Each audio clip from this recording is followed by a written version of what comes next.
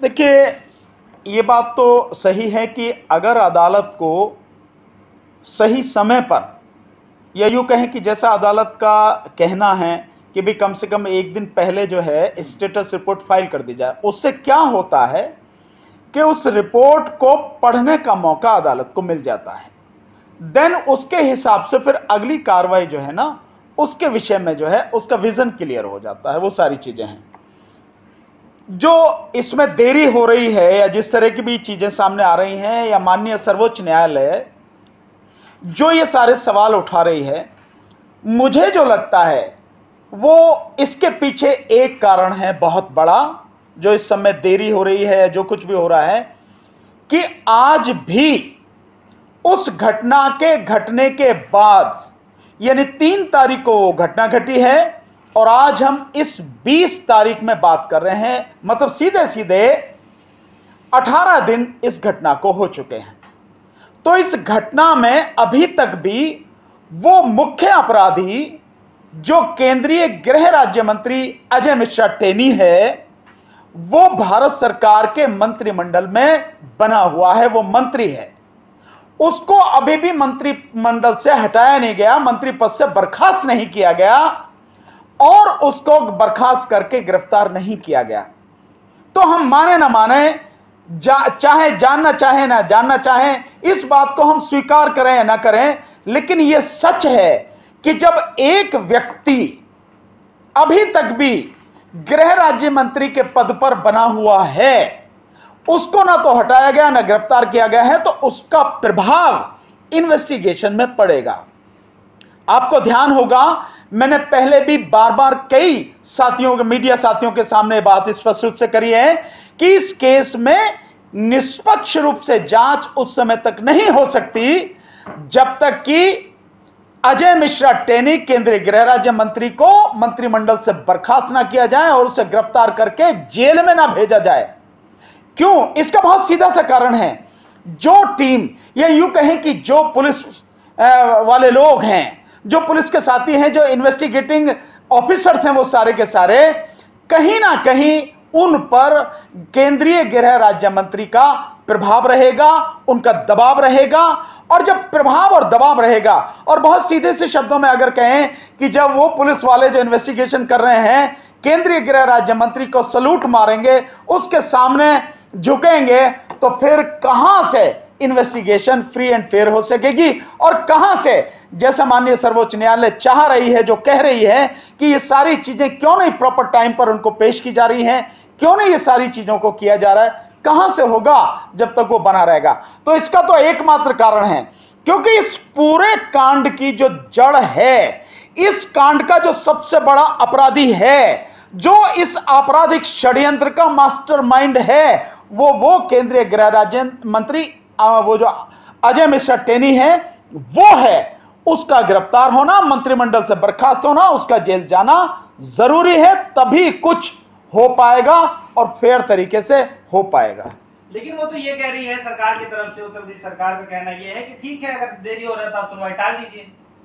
नहीं तो इसके अलावा उनके पास में और कहने को क्या है, जो वो कह रहे कि सुनवाई टाल दीजिए? भाई जब ये सारी चीजें हैं तो वो, आप इसको इस तरह से कह सकते हैं सुनवाई टाल दीजिए, या इसको ये कह सकते हैं कि पुलिस ये करे कि हमें और समय दे दिया जाए ताकि जो है हम ये सारी चीजें जैसा अदालत चाहती है उसके सामने रख सकें। तो इसके अलावा उनके पास कहने के लिए क्या है? लेकिन पुलिस को आप देखिए, पुलिस इस समय जिस तरह से काम कर रही है, उस पर 2 तरह की चीजें हैं। एक तरफ उसे माननीय सर्वोच्च न्यायालय को जवाब देना है, दूसरी तरफ वो उसी गृह राज्य मंत्री के अंतर्गत, केंद्रीय गृह राज्य मंत्री के अंतर्गत काम कर रही है, उसका प्रेशर उस पर लगातार बना हुआ है, जो आज की तारीख में उनका सर्वे सर्वा है, और जो मास्टरमाइंड है, और जो मंत्रिमंडल में बरकरार है, ना उसको हटाया गया, ना गिरफ्तार किया गया, ना जेल भेजा गया। तो ये मुसीबत पुलिस की है। पुलिस किस प्रेशर में काम कर रही होगी, किस मन स्थिति में वो इन्वेस्टिगेशन कर रही होगी, इस बात को समझा जा सकता है। और ये काम तभी फेयर तरीके से हो सकता है, ये यूं कहा जाए, मैं यूं कहूं कि प्रॉपर तरीके से जो इसको स्पीड मिल सकती है और बिल्कुल एकदम फ्री एंड फेयर इन्वेस्टिगेशन हो सकती है, निष्पक्ष इन्वेस्टिगेशन हो सकती है, वो तभी संभव है जब मोदी मंत्रिमंडल से केंद्रीय गृह राज्य मंत्री को बर्खास्त किया जाए, उसे गिरफ्तार किया जाए और जेल भेजा जाए, तभी यह संभव है। लेकिन सर लगातार यूपी में चुनाव में रैलियां हो रही हैं, मोदी जी योगी जी की रैलियां हो रही हैं। वो हर रैली में बोलते हैं कि यूपी में माफियाओं का, गुंडों का राज खत्म हो चुका है। लेकिन वही ये सवाल ये खड़ा होता है कि उन्हीं के राज्य में लखीमपुर में ऐसी घटना घट जाती है और अभी तक कार्रवाई में पुलिस लापरवाही बरत रही है। तो किस मुंह से इतनी तारीफ करते दिखते हैं? नहीं, वो तो आप समझिए कि बेशर्मी की सीमाएं सारी लांघ चुके हैं। ये तो बेशर्मी है, इससे ज्यादा और क्या हो सकता है कि आपके ही सामने, पूरी दुनिया के सामने एक आंदोलन में निर्दोष किसानों को जानबूझकर उनके ऊपर 3 गाड़ियां चढ़ा दी जाती है पीछे से। इतनी नृशंस हत्या की जाती है कि आजादी के बाद ऐसी घटना इस देश में पहले कभी नहीं हुई जो यहां देखने को मिली है। और उसमें बाकायदा जो है केंद्रीय गृह राज्य मंत्री का मंत्री भी शामिल है, उसका बेटा शामिल है और उसके साथ में उसके साथी और गुंडे शामिल हैं। और फिर भी आप कह रहे हैं कि माफिया का सफाया कर दिया गया।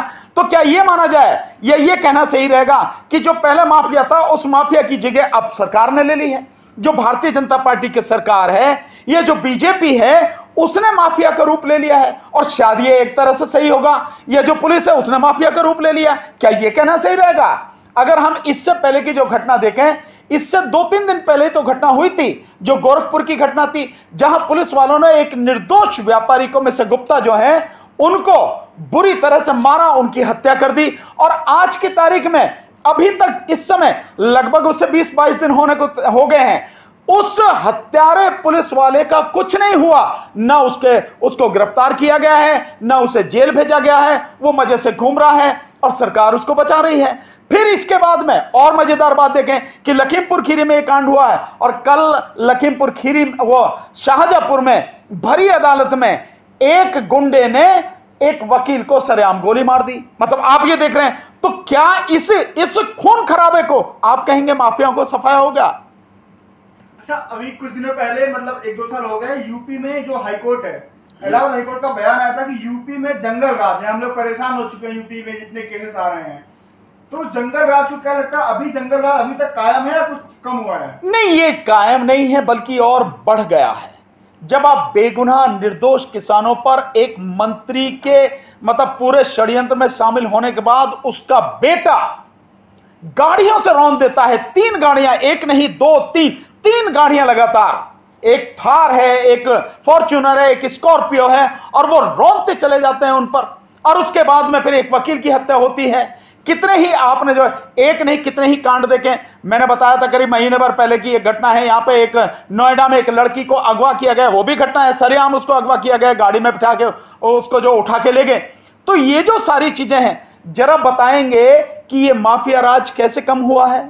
आप आंकड़े देंगे? ये उस सबके बावजूद है कि जो एफआईआर होनी चाहिए, जितना अपराध हो रहा है उसकी एफआईआर नहीं हो रही। मुश्किल से 10% जो है एफआईआर हो रही है, 90% घटनाओं की तो एफआईआर ही नहीं लिखी जा रही है। उस सब के बावजूद भी जो ताजा एनसीआरबी के आंकड़े आए हैं, उनका डाटा जो आया है, वो डाटा स्पष्ट रूप से कहता है कि उत्तर प्रदेश बलात्कार में, हत्या में, किडनैपिंग में, अपराध में नंबर 1 है। और क्या चाहिए आपको? क्या इसके बावजूद भी यह नंबर बनाना, क्या बीजेपी ने यह सोच रखा है, मोदी जी और योगी जी, ये इनका पैमाना यह हो गया कि जब हम अपराध में नंबर 1 होंगे तब माफिया का सफाया माना जाएगा? यह तो इससे तो ऐसे ही लगता है कि अपराध नंबर 1 हो रहा है, बढ़ता चला जा रहा है, और आप कह रहे सफाया। कहीं कोई सफाया नहीं, बल्कि मैं कहता हूं इस बात को कहने से पहले प्रधानमंत्री को 100 बार नहीं 1000 बार सोचना चाहिए। लेकिन प्रधानमंत्री का नैतिक पतन इतना हो चुका है, उन्हें सोचना नहीं है कि बस बोलते चले जाना है, झूठ झूठ झूठ, इसके अलावा कुछ नहीं है। तो उसकी बात का ध्यान का देना है। अच्छा, सुप्रीम कोर्ट ने फटकार लगाई यूपी सरकार को, तो यूपी सरकार की तरफ से कहना कि अगर ऐसा कुछ है, आपको नहीं कुछ लग रहा तो सुनवाई को आगे टाल दीजिए। नहीं, कहां लगता है सरकार बचती हुई नजर आ रही है यूपी सरकार? नहीं, मैं इसको इस तरह से नहीं कह सकता। मैं इसको इस तरह से मान सकता हूं कि वाकई में सुप्रीम कोर्ट जिस तरह से चाह रही है कि इन्वेस्टिगेशन में ये प्रगति हो, लेकिन हो सकता है कि जो पुलिस के सामने दिक्कत आ रही है, क्योंकि मैंने फिर बताया, फिर मैं ये कह रहा हूं कि जब केंद्रीय जो असली अपराधी है अजय मिश्रा टेनी, वो अभी तक भी केंद्रीय गृह राज्य मंत्री के पद पर जो कि त्यों बरकरार है, उसका दबाव निश्चित रूप से होगा। उस दबाव में वो नहीं कर पा रही है इन्वेस्टिगेशन, तब आप क्या करेंगे? लेकिन पुलिस ये बता भी नहीं सकती अदालत को, तो वो यही कह सकती है कि ठीक है, हमें समय दे दिया जाए। तो वो समय की उन्होंने डिमांड की है, उन परिस्थितियों की वजह से हो सकती है। ठीक है सर।